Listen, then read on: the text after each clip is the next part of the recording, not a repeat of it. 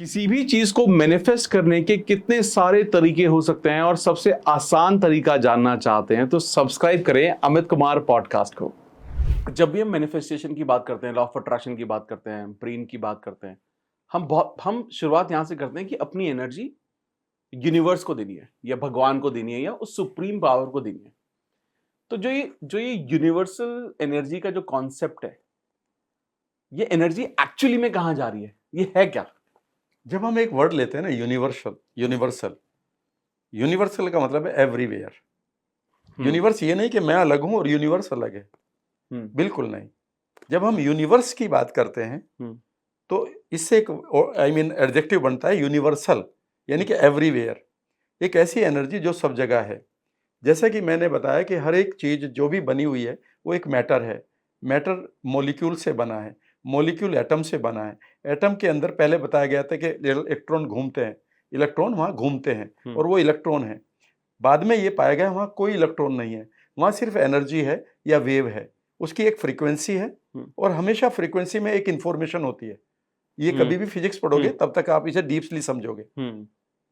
अब सवाल उठता है कि वो जो यूनिवर्सल एनर्जी है उसकी क्या स्वरूप है, उसके क्या गुण हैं। यहाँ पर आप कभी भी अद्वैत सिद्धांत को पढ़िएगा जिसे मोनिस्टिक थ्योरी ने पढ़ाया। मैं 5-7 गुणों को याद करके आपको बता रहा हूँ। नंबर 1, इट इज एवरीवेयर, ये सब जगह है। Number 2, it permeates and penetrates everything, ये हर एक चीज को पेनिट्रेट करती है और ये हर एक चीज के अंदर है। Oh everyone, I mean all in one and one in all, यानी कि ये वन चीज है जो हर एक में है। क्योंकि नेचुरली लास्ट की एनर्जी यही है। मेरी घड़ी में भी ये घड़ी जरूर दिखाई दे रही, इसके बाद ये मॉलिक्यूल, एटम और वेव है। तीसरी इसकी नेक्स्ट बात यह है कि ये इनविजिबल है।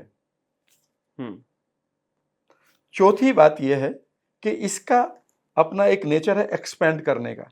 तो जब हम कहते हैं कि universe is expanding every time, तो दिस एनर्जी इज एक्सपेंडिंग। सो कभी भी याद रखिएगा, लॉ ऑफ अट्रैक्शन में जब मैं ये कहता हूं कि जी बहुत कंपटीशन है, जीवन में कोई कंपटीशन नहीं है। Every time you are creating your space. बहुत सारी चीजें बनी हुई थी, आज एक आदमी आता है, ठीक है ना, वो फिजिक्स पढ़ानी शुरू कर देता है और फिजिक्स वाला बनकर $1 बिलियन ले लेता है। ठीक है ना, जबकि ये लग रहा था जी ये भी इंस्टीट्यूट आ गया, वो भी आ गया, उसने अपनी जगह बना ली। कल भी आएगा, क्योंकि यूनिवर्स तो एक्सपेंड कर रहा है। जब भी लोग कहते हैं कि इसमें बहुत कंपटीशन है, वो बेसिकली एक गलत परसेप्शन लिए घूम रहे हैं, वो यूनिवर्स को नहीं जानते। यूनिवर्स में कहीं कोई कंपटीशन नहीं है। There is no limit, no limit ही नहीं है। वहां कंपटीशन कैसे होगा जब आपकी बाउंड्री नहीं है वहां पर। सही बात है। इसका नेक्स्ट चीज ये है कि इसकी अपनी एक थिंकिंग है। फॉर एग्जाम्पल, आपका आम का पेड़ अपने गांव में बोए और मैं अपने गांव में बोऊं, वो एक ही समय पर फल देंगे, एक ही उनकी लाइफ साइकिल होगी, ठीक है ना।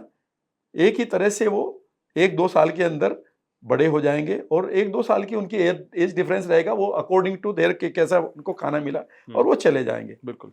नीम के पेड़ में कड़वाहट होगी, आम के पेड़ में, आप जब पैदा होते हैं तो आपकी हड्डियां इतनी बड़ी नहीं थी, ठीक है ना।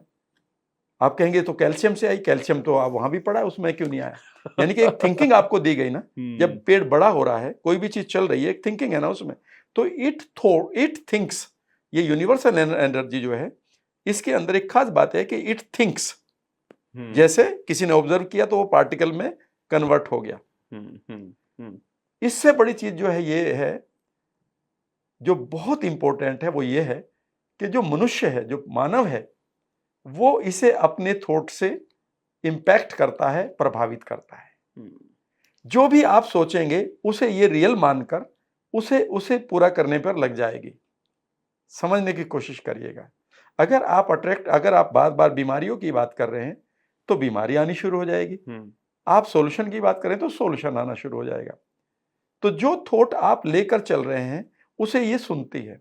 अब आपका सवाल होगा कि अगर मैं ये कहूं चलो मैं कार मांग रहा हूं, ये रही इंटेंसिटी मेरी, मैं अपने पेरेंट्स को कार देना चाहता हूं, लाओ ना कार। तो यहां पर मोनिस्टिक थ्योरी ने कहा है कि हो सकता है कि 1 मिलियन 2 मिलियन ईयर्स के बाद हमारा माइंड इतना इवॉल्व हो जाए कि हम इस तरह से इस यूनिवर्स के साथ जुड़ जाए कि वो कार हमें बनाकर दे दे। लेकिन अगर आपके पास ये इंटेंसिटी है और आप ये कहते हैं कि मुझे कार चाहिए, तो इस समय ये कार कहीं ना कहीं बन रही है। कोई ना कोई से बना रहा है, किसी न किसी तरह से आपके देश में आएगी और एक दिन आपको एकदम से आपको एक फोन आएगा, अरे यार सुनो एक कार आई है, would you like to buy, and it's the same car. इसे हम लॉ ऑफ अट्रैक्शन कहते हैं। याद रखिएगा, इतना ही नहीं, अगर उस कार की इंटेंसिटी है तो उस कार के लिए जितना आपको पैसा चाहिए वो अपॉर्चुनिटी आपको ये लॉ ऑफ अट्रैक्शन दे, ये यूनिवर्सल एनर्जी देगी। आपको इवन मैसेज मिलेगा कि ये करो, क्योंकि आपने उस क्वांटम इवेंट को तैयार कर लिया है कि ये क्वांटम इवेंट तो होनी है मेरे लिए। वो टाइम क्या होगा वो डिफरेंट बात है भाई, ऋतु अपने फल तो अपनी ऋतु पे ही आएगा, बिल्कुल। लेकिन आपने चूंकि उसको ये कह दिया कि मुझे कार चाहिए और उसमें टाइम भी दे दिया है, तो वो आपको अपॉर्चुनिटी भी देगा, वो लोग भी देगा, हो सके आपके एक दो बिहेवियर को भी बदल दे। अगर आप ओपन अप हैं और आपके पास बेकार की इमोशन नहीं है और आप पूरी तरह से ओपन अप हैं, कोई फियर नहीं है, तो अचानक आपको लोग मिलने शुरू हो जाएंगे। आप कहेंगे यार ये तो अपॉर्चुनिटी अपने आप आ रही है। नहीं, अपने आप नहीं आ रही, आपने मैनिफेस्ट किया कि वो कार आपके पास आए, तो कार के लिए पैसा भी तो चाहिए। Got my point. This way this energy works, जो मैंने मोनिस्टिक थ्योरी में पढ़ा है और अद्वैत सिद्धांत में पढ़ा है। Thank you guys for watching this podcast. अगर पॉडकास्ट की ये क्लिप आपको बहुत पसंद आई है तो आप यहां से इसके कंप्लीट पॉडकास्ट को भी देख सकते हैं, और साथ साथ आप अपना प्यार दिखाते रहें और इस चैनल को सब्सक्राइब जरूर कर दें।